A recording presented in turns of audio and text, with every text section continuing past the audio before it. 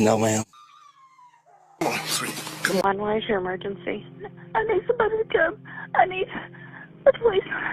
I need an ambulance. My husband's been shot. Okay, what happened there? There was a man in here. And he shot him. And he told me not to call the police. And do you know where the male subject went? No, I was in the bathroom. And he told me to sit down and count to 100. And not to call the police until I got to 100. He said if I called y'all before I reached 100, he'd come back and kill me. Please hurry. I think he's still alive. He's making noises. Please. What can I do for him? You want to try to do CPR? Yes. Yes. I need to lay him flat on his back on the ground and remove any pillows. Okay. He's on the floor. 1, 2, 3, 4. 1, 2, 3, 4. 1, 2, 3, 4. There's my baby here. It was just after midnight on January 2nd, 2018, when the calm of a small Texas town was shattered by a chilling 911 call. The voice on the other end was Sandra Garner, frantic, breathless. "Someone broke into my house. My husband's been shot." Police arrived minutes later to the couple's home in Maypearl, Texas, a modest brick house tucked away on a quiet street. Inside, they found 42-year-old Jon Garner lying in bed, a gunshot wound to the head. He was pronounced dead at the scene. Sandra told officers she had been asleep next to him when she was jolted awake by a flash of light. A masked intruder with a gun. She claimed the man shot her husband, shouted something about money, and then vanished into the night after stealing $18,000, 0 cents, in cash from a safe in their home. There were no signs of forced entry, no footprints, no witnesses. It was the kind of story that sounds almost too perfect, and soon police started to suspect it was. As investigators dug deeper, they began to notice holes in Sandra's version of events, questions that didn't have clear answers. If there was a masked intruder, how did he get in? Why didn't anyone hear a car, and why was there no trace of the $18,000, 0 cents she claimed was taken? Then, 9 days later, investigators made a discovery that would change everything. During a routine search of Sandra's car parked just outside her home, they opened the passenger side door. Tucked under the front seat was a .38 caliber revolver, the same caliber used to kill Jon Garner. Ballistics later confirmed it was the murder weapon. The gun had been inside her car the entire time, undisturbed. And that wasn't all. As detectives combed through Sandra's digital devices, they unearthed another disturbing clue. Just days before the murder, someone had used her iPad to search a chilling phrase, how to kill someone in their sleep. It was the kind of evidence that screams premeditation. But as the case moved toward trial, it became clear that things weren't so simple. Questions were raised about how the evidence was found, whether it was planted, and whether investigators had been too eager to label Sandra a killer. This is a case that tests the boundaries of guilt, suspicion, and reasonable doubt, because if Sandra Garner was innocent, someone got away with murder, and if she wasn't, she nearly got away with it. If you're captivated by true crime stories and want to stay updated on the darkest cases, be sure to subscribe to the channel and turn on notifications. We release in-depth crime documentaries just like this one, uncovering the chilling details behind real-life mysteries. Don't miss out. Hit that subscribe button now. Before the headlines, before the trial, before the whispers of murder and betrayal, there was just Sandra and Jon Garner, two middle-aged Texans who, by all outward appearances, had managed to carve out a simple, peaceful life in the town of Maypearl. Sandra Louise Garner wasn't born into luxury or scandal. She was, in many ways, a reflection of small-town resilience, a woman shaped by the rhythm of country life, by the kind of heartbreak and healing that rarely makes the news. She'd been married before, more than once in fact. Each relationship came with its own set of challenges, but they also brought moments of joy, especially her children, her son Wesley and her daughter Andrea. Both would later become central figures in the unfolding drama. By the time Sandra reached her late 40s, she had weathered her fair share of storms, emotionally, financially, and romantically. She was strong, rooted in routine, and had built a life that was small in scale but big in meaning. She worked at a packaging company in Paris, Texas, a job that offered little glamour but plenty of structure. She liked it that way. Then came Jon. Jon Garner was a quiet man, steady, dependable. He worked at the same packaging company as Sandra, where he was a manager. The kind of guy you could trust with your checkbook or your children's education budget. He wasn't flashy or loud, and he didn't crave attention, but he was respected by colleagues, friends, and especially by his family. He was described by those who knew him as a strict person and had no issues firing a worker if he felt you were slacking.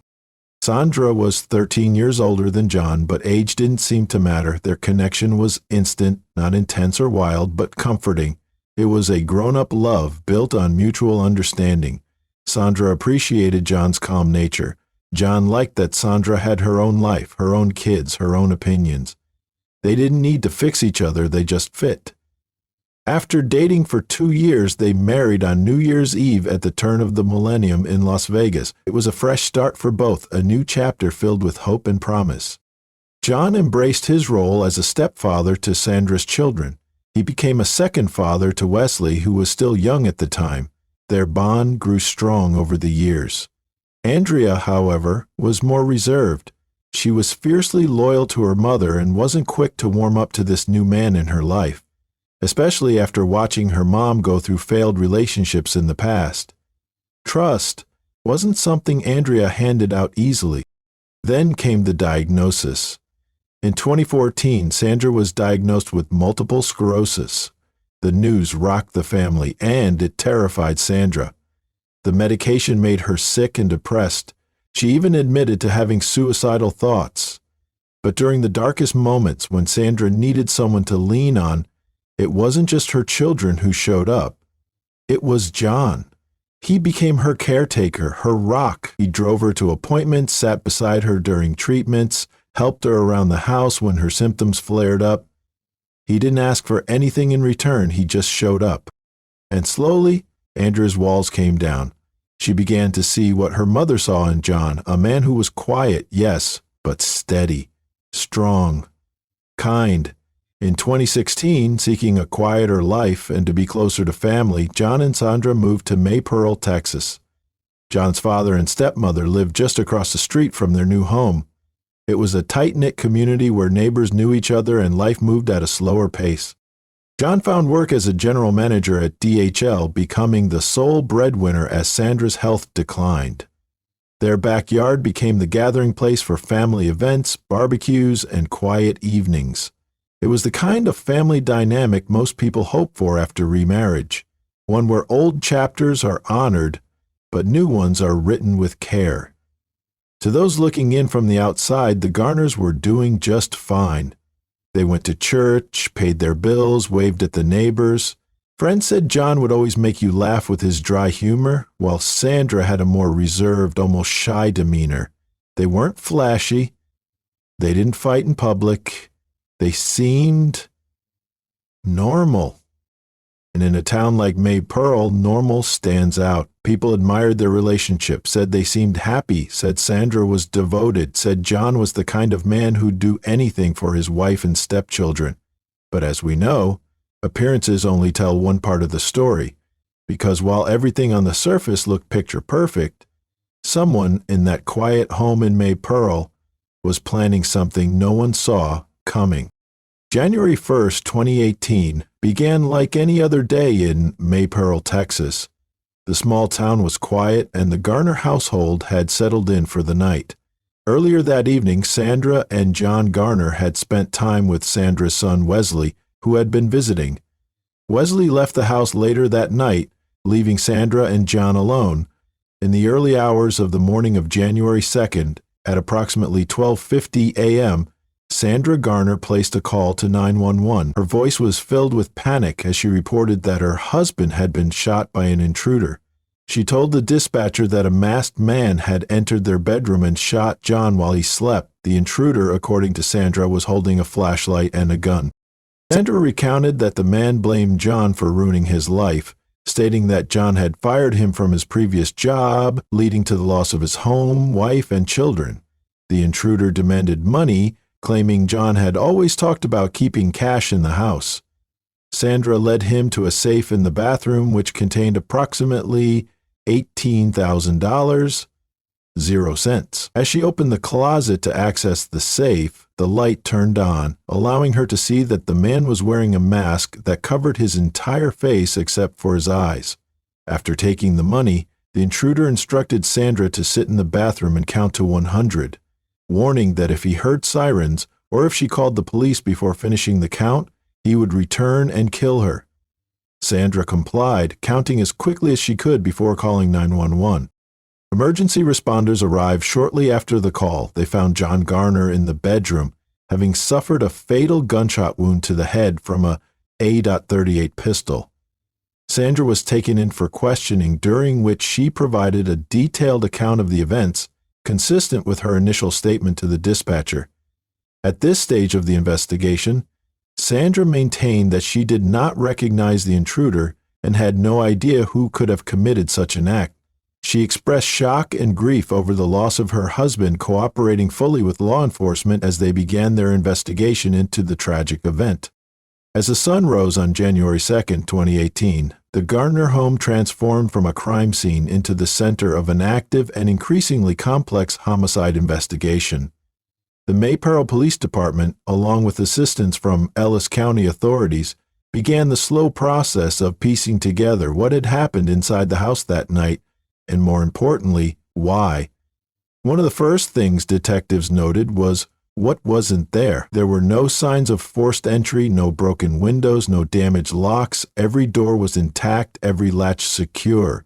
Investigators found no indication that someone had broken in. If an intruder had entered the home, they either had a key or someone had let them in. Also, Jon Garner owned 49 pistols and 12 rifles, which he placed in different parts of the house for safety, and none had been touched. Next came a sweep of the neighborhood. Investigators canvassed the area, knocking on doors and checking for home security systems that might have captured a vehicle or person coming or going around the time of the shooting. But nothing turned up. No eyewitnesses, no suspicious vehicles, no camera footage. It was as if the alleged intruder had vanished without a trace. Sandra was brought in for a formal interview. Officers described her demeanor as wrecked but polite and cooperative. Her version of events remained consistent from her initial account. The masked man blamed Jon for ruining his life, demanded money, and disappeared after she led him to the safe. She never wavered. But as the hours passed, some investigators began to note something else. She kept crying to her hands and wiping them off. Still, police had no hard evidence to contradict her story. Yet. But questions started to form around the money. Sandra claimed the intruder had stolen $18,000, 0 cents in cash from a safe inside the house. That specific amount. Yet when detectives looked into it, they struggled to verify whether that money actually existed. There were no bank withdrawal records, no paperwork, no receipts to show Jon or Sandra had taken out that amount in recent months. Friends and family didn't recall either of them mentioning keeping large sums of cash in the house. The safe itself was a small floor model located in the master bathroom closet. Police opened it and found it empty, just as Sandra said it would be. But without any proof that the money had been there to begin with, it became a lingering uncertainty. Had the money ever existed? If it had, where had it gone? And if it hadn't, what was the purpose of making up a theft? Her son, Wes, was also called in for a formal interview since he was the one, she said, had seen them last the previous day. The interview with Wes was strange as he kept making small suggestions, like he didn't believe his mother would go through with it. When questioned further about this statement, he declined to give clarity. But the biggest development didn't come from fingerprints or forensics. It came from digital evidence. A forensic analyst was assigned to comb through Sandra's iPad and computer. Investigators had seized the devices as standard procedure, hoping to find some clue about the alleged intruder, perhaps online threats, strange messages, or searches that might suggest Jon had been targeted. Instead, they found something far more troubling. Just days before the murder, Someone had used Sandra's iPad to search for terms that seemed eerily specific and deeply incriminating. Among them was the phrase, "how to kill someone in their sleep." The analyst flagged the search immediately. It had been made just before midnight on December 30th, only a couple of days before Jon was shot in the head while sleeping in bed. Detectives were stunned. The search was typed manually. It hadn't been clicked through from an ad or social media post. It wasn't part of a larger context like a movie script or crime novel, and it wasn't followed by any indication of fear or concern. No signs that the user had been researching for protection, just a single, quiet inquiry into something dark and deadly. At that moment, the investigation shifted. Police weren't just searching for a masked intruder anymore. They were beginning to consider a much different theory. And Sandra Garner, Jon's wife of 4 years, was no longer just a witness. She was now at the center of everything. 9 days after Jon Garner's murder, a pivotal discovery shifted the trajectory of the investigation. On January 11, 2018, law enforcement conducted a second search of Sandra Garner's Ford Mustang, which had been parked in a detached garage adjacent to their Maypearl home. After Wes had told them that his mother owned a .38 pistol which Jon had given her previously, and if they didn't find it in the house, it would likely be under the seat in her car. During this search, investigators found a Taurus .38 special revolver concealed under the driver's seat. The firearm was wrapped in a paper towel and placed inside 2 plastic bags.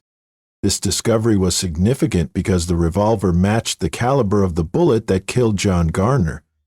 Ballistic analysis conducted by the Texas Department of Public Safety Crime Lab confirmed that the bullet recovered from Jon's body was fired from this specific revolver. The circumstances surrounding the discovery raised questions. The Mustang had been previously searched by police shortly after the murder, and no weapon was found at that time. Investigators noted that the car was locked during the initial search, and Sandra had claimed she did not have the keys. However, during the second search, she provided a key allowing access to the vehicle. This led authorities to believe that the revolver had been placed in the car after the initial search. Sandra Garner denied any knowledge of the revolver's presence in her car. She maintained that she did not know how the weapon ended up under the seat and insisted that she had no involvement in her husband's death. The discovery of the revolver combined with the ballistic match became a central piece of evidence in the case against Sandra Garner. It suggested to investigators that there had been an attempt to conceal the weapon, potentially implicating her in the crime. In January 2018, just over a week after Jon Garner's death, Sandra Garner was arrested and charged with his murder. Investigators had spent days building a case they believed was rooted in motive, digital evidence, and, most critically, the discovery of the murder weapon found inside her car. It will take about 2 years for the case to head to trial. As the case headed to trial, the prosecution presented a clear and focused argument. Sandra had planned the murder of her husband. They leaned heavily on the search history recovered from her iPad. Phrases like, "how to kill someone in their sleep," and 16 steps to kill someone and not get caught. They argued the timing of these searches, just days before Jon's death, pointed to clear premeditation. Then there was the revolver, a .38 special found 9 days after the murder during a second search of her locked car. Ballistics testing confirmed it was the gun that killed Jon. The prosecution asserted that Sandra had attempted to hide the weapon and never reported it missing. For them, it was the smoking gun, both literally and figuratively. They argued that who will come for a murder without their own gun and will rather use the gun they found in the house, considering that an intruder will be panicked. But the defense came prepared with their own strategy. They attacked the integrity of the investigation, pointing out significant lapses in procedure. When first responders arrived at the Garner home, Sandra's hands were never bagged. No immediate tests were done for gunshot residue. The crime scene, they argued, had not been properly secured. Key photos were missing from the record, and items had been moved or disturbed before they were documented. The defense suggested that investigators had made up their minds too quickly. From the moment Sandra called 911, they claimed the police focused solely on her. They didn't thoroughly explore other leads. They didn't look for external suspects. They made Sandra the prime suspect within hours and built the entire investigation around that assumption. Then came one of the most controversial moves of the defense's case, pointing to Wesley Miller, Sandra's own son, as a potential alternative suspect. They presented financial documents and testimony to suggest Wesley may have believed he was set to inherit from Jon's estate. They emphasized that it was Wesley who directed police to the spare key that ultimately led to the discovery of the revolver during the second search of Sandra's car. They implied that if someone wanted to frame Sandra, they now had the means. But the prosecution dismantled that theory by pointing back to Sandra's own words. She told police she had spoken to the intruder for nearly 10 minutes. If it had been her own son, she would have known. His voice, his build, his mannerisms, none of it fit. According to the state, there was no way Sandra could have had a conversation of that length and intensity without realizing who she was talking to. The battle lines were drawn. One side framed the case as a calculated, cold-blooded act, the other as a miscarriage of justice fueled by investigative tunnel vision and a rush to close the case. And as the trial moved forward, everything would hinge on which version of the truth the jury believed. The prosecution maintained their position with unwavering certainty. The internet searches, the revolver in Sandra's car, the absence of forced entry, all pointed to one conclusion. Sandra Garner had planned and executed her husband's murder. They argued that her motive stemmed from financial strain and resentment, and that she staged the entire story about a masked intruder to cover her tracks. But the defense seized the opportunity to sow doubt. They brought in expert testimony to address the issue of gunshot residue, one of the elements missing from the original investigation. Since Sandra's hands were never bagged at the scene but rather at the police station, the very minimal gunshot residue on her hand didn't prove anything, as it was too minimal. It could also have been transferred through contact, especially during attempts to perform CPR. Jon had been shot at close range, and Sandra claimed she had tried to help him. That detail left room for interpretation. If she did administer aid, could she have picked up trace particles from the scene? The lack of testing made it impossible to say for sure. Then, in a bold move, the defense put Sandra on the stand. In a soft, deliberate voice, she told her story again, this time to the jury. She recounted being awakened by the sound of a pop, seeing a flashlight and a masked man, being forced to lead him to the safe, and sitting in the bathroom counting to 100 as he fled. She denied everything. She said she never searched how to kill someone, she never saw that gun in her car, she never harmed Jon. On the stand, she was composed, quiet, controlled. Her emotions didn't spill over, but they were there, just under the surface. Some jurors leaned in as she spoke. Others took notes. It was the first time they had heard directly from the woman at the center of it all, not through statements or police transcripts, but in her own words, in real time. When closing arguments ended, the courtroom fell into a heavy silence. The jury was dismissed to deliberate, their task now fully at hand. They weren't just deciding whether Sandra had committed a crime, they were deciding whether there was room for doubt. Doubt about the investigation, doubt about the evidence, doubt about whether this story, with all its twists and contradictions, had another explanation entirely. The clock began to tick, and 12 strangers behind closed doors began to weigh a life. After 3 hours of deliberation, the jury found Sandra Garner not guilty of the murder of her husband, Jon Garner. The verdict was met with mixed reactions. Supporters of Sandra, including her daughter Andrea Miller, expressed relief and joy at her acquittal. Conversely, members of Jon's family, who had believed in Sandra's guilt, were dismayed by the outcome. Since her release, Sandra has returned to live in her home in Maypearl, Texas, the same residence where Jon was killed. She has expressed a desire to remain close to the memories they shared. However, the aftermath of the trial has strained familial relationships. Sandra and her daughter Andrea no longer speak to Wesley Miller, Sandra's son, due to his role in the investigation and the trial. Sandra has stated that she does not love her son as she once did, and Andrea has expressed that she no longer considers him her brother. The case has left lingering questions and divided opinions. Some view the verdict as a miscarriage of justice, believing that a guilty individual was set free, see it as a rightful acquittal, highlighting the importance of reasonable doubt in the justice system.